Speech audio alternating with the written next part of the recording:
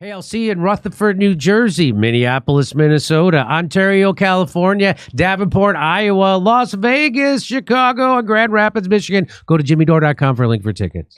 So I'm here with Anita Krishna, who is a broadcaster, podcaster, and former control room newscast director for Canada's Global News Network. Big shot. She's a big shot, ladies and gentlemen. All right. After repeatedly questioning the network's refusal to apply basic journalistic standards to mainstream COVID narrative, she was fired by Global News on January 2022. She now publishes on Substack at substack.com at Anita808. But you also check her out at AnitaKrishna.com. That's AnitaKrishna.com. Anita, good to see you, doll. We're going to get right to it. This is Candace Owens. She had this tweet, and it's no government anywhere has a right to commit a genocide ever. There is no justification for a genocide. I can't believe this even needs to be said or is even considered the least bit controversial to state. She couldn't have put it more concisely. And I want to share a clip of Clare Daly at this time. What has been seen cannot be unseen. And the world can now see exactly what European values really are. 200 days of Israel systematically wiping Gaza from the earth, 505 bombs a day, 21 an hour, doctors executed, mass graves in hospitals, journalists murdered. More than 150,000 Palestinian civilians have been killed or injured in Gaza and the West Bank since 2008. 33,000 of those were children. And all the while with not just the silence, but the active complicity of the European Union. And when the EU should have been arguing for a ceasefire, for the upholding of international law, for the protection of civilians, Ursula von der Leyen touches down in Tel Aviv to photo op the preparation of a genocide and says Europe stands with Israel now and in the days to come. How dare she? We stand for peace, we stand for justice for the people of Palestine and for the upholding of international law. We're watching Israel murder Palestinian civilians and preparing to drive millions of them into the Sinai Desert to annex and colonize their land. This is what we call, with a straight face, the only democracy in the Middle East. And Frau von der Leyen's answer to this graveyard for children is to tell Israel to avoid civilians. Don't come in here trying to wipe the blood off with belated concern. It's not just Israel's genocide, it's yours, and The Hague isn't good enough for you. Long live Palestine, long live Gaza.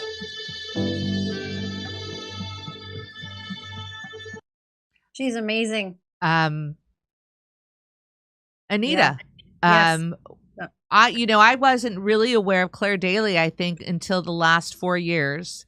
And when I see how eloquent she is and how her mission is for peace, her mission is for a ceasefire, and she has strong words and she has the facts to back her up all the time. And I look at this person, I've long lost my faith in politicians, but I see this person with such intellect and heart that it actually does give me hope that there are world leaders out there that are heading in the right direction. What are your thoughts? I really like Clare Daly. She's a European member of Parliament from Dublin. And she speaks from the heart, and she's so unconventional looking. Like her authenticity, you can't deny, right? She wants to save lives, right? And the things that she's saying about that Ursula von der Leyen is also true. That woman is a hated woman because in all those European, COVID conferences, it was Ursula von der Leyen that was really trying to give it to Christine Anderson and not let her speak. And she has some text messages or something with Albert Bourla, the CEO of Pfizer. This is not a good woman. She is not for the people, Ursula von der Leyen. So you must question her motivations when she flies into Tel Aviv for that photo op. I didn't even know she did that. And good for Clare for calling that out. And people like Clare, she will have momentum behind her now because the people are waking up, right? And the reason that people get mad at her is because again, the way the media is painting what's going on with this conflict, right? They are saying Israel has the right to retaliate for what happened on October 7th. But this is all, Jimmy knows, you guys all know, you've all covered this extensively. That's kind of not how this happened. And when you wage war, you don't wage it on innocent women and children. You wage war in strategic areas. That's why when World War II or any war goes on, you don't fight in a city. You put the women and the children in bunkers if you need to, but you fight on the outskirts. What the hell is going on there? Bombing hospitals. And they have, how do you expect them to survive? Because you don't expect them to survive. This just goes down to the fact that, oh my gosh, you know what? When we were talking about the UN a little bit earlier, I was like kind of, all the reason we're seeing this type of stuff is, like we said, the WEF, the UN, and the WHO and all that kind of thing. But I was looking up a little bit about the United Nations. There's 193 members of the UN. We're all sovereign nations, and we should all stand up and go, hey, we don't like this. Yes. But they don't do that. Yeah, they don't do that. Each leader should be like, I'm not getting down with some of your policies, be it in the UN or not, but they got an agenda and they bloody well walk the walk. One of the only members that are not in the UN is Palestine, which is so weird. Like they applied to get in there into the UN, but they were voted out, or it hasn't been recognized by all members of the UN. So they're kind of on the fence. Same with Kosovo and China, obviously, and Taiwan. But I didn't know that about Palestine. So they're not going to let them in the UN. And why are they hammering them so hard like this? I think that's something to question, And how long can this go on? Biden? When Trudeau? What are you doing? Like, it's not even that's in the Middle East. So all the Middle Eastern countries should be getting together. Saudi Arabia, Qatar, blah, blah, blah, blah. Fix that situation. People are dying. I want to continue with Kamala Harris was recently on Jimmy Kimmel. And they said Kamala Harris' appearance on Jimmy Kimmel show disrupted by anti-Israel protesters calling her a murderer. Oh, okay. And Vice President Kamala Harris was shouted down by anti-Israel protesters calling her a murderer and genocide supporter during her live appearance on Jimmy Kimmel's late night show. And I'm going to show you a little bit of it right now. Stop the genocide! 15,000 children died because of you! Stop the genocide! You're a murderer! 15,000 children died! She has her phone. Kamala Harris! It's good to have you. Not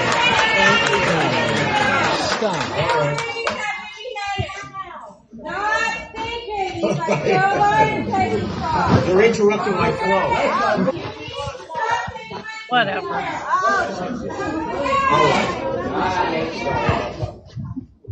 All right. Anybody else? If anyone else has anything to say, this is the time. 1.9 million people!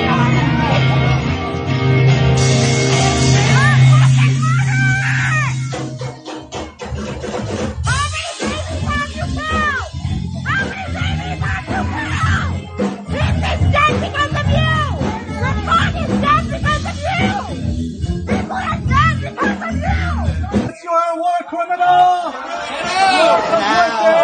genocide of Palestinian children! You're a war criminal! No cameras. No cameras. A little too late. 15,000 children dead because of you. One protester yelled at Harris during the studio filming of her interview with Kimmel that aired Tuesday night, captured on video from the far-left anti-Israel organization Code Pink. Way to go, Code Pink. Stop the genocide, another person yelled at Harris and Kimmel. The protesters were later videoed being thrown out of the venue by security guards where they continued to chant, "Cease fire now." outside the building. Code Pink revealed that the protesters included representatives of Chino Valley for Palestinian Liberation, Palestinian Christians for Justice, Pasadena for Palestine, and Claremont graduate students for Free Palestine. What do you think of that? Code Pink and these protesters? Yeah. They really threw a wrench into the works of a comedy evening show when a world leader was present, Kamala Harris. And I was telling a friend, I said, what I'm more shocked about is that Kamala Harris didn't actually seize the opportunity to talk directly to fellow Americans and say anything off script. She couldn't. No, that woman has nothing to say. She is empty-headed. She has nothing to say. But if you're obviously that was in commercial break, right? So that's not going to go to air at all. Well, they don't air Jimmy Kimmel live. It's a pre-tape show, okay, so they tape it earlier in the day and then it's on in the evening. I think 11:30. I don't know. Oh yeah. Okay. So obviously, yeah. That's happening when they're not rolling. And that is the opportunity for Kamala Harris, if she has any integrity, to stand up and go to the people protesting and say, tell me what's going on. Okay, let's talk about this. And then she could say, this is the reason why we're doing this. If she can come up with anything. She could have taken this opportunity to really communicate with people. But when I see that, I can only imagine the reason why she can't say anything is because they're on the wrong side of history.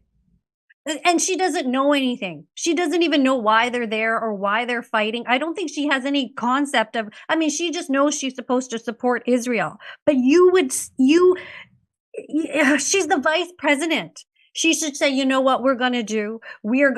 No, she can't even say that.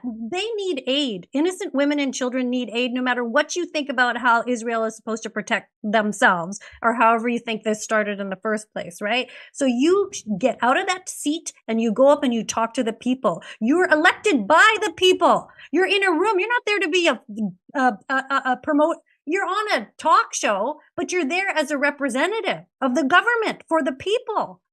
Get out of your seat and go talk to the people. And when the music started playing, they did that on purpose so they could drown that woman out. And there's Jimmy, dumb as a sack of hammers, not your Jimmy, but that Jimmy Kimmel, going, oh, you're breaking my flow. You have no comedic flow now anyway, you corporate patsy. Why do you even have Kamala Harris on? What has she got to say? They had her on so she could tell Jimmy Kimmel that, if Trump is elected, that you probably won't have a late night show anymore. Let me scare your audience. Let me keep scaring you of how bad Donald Trump is.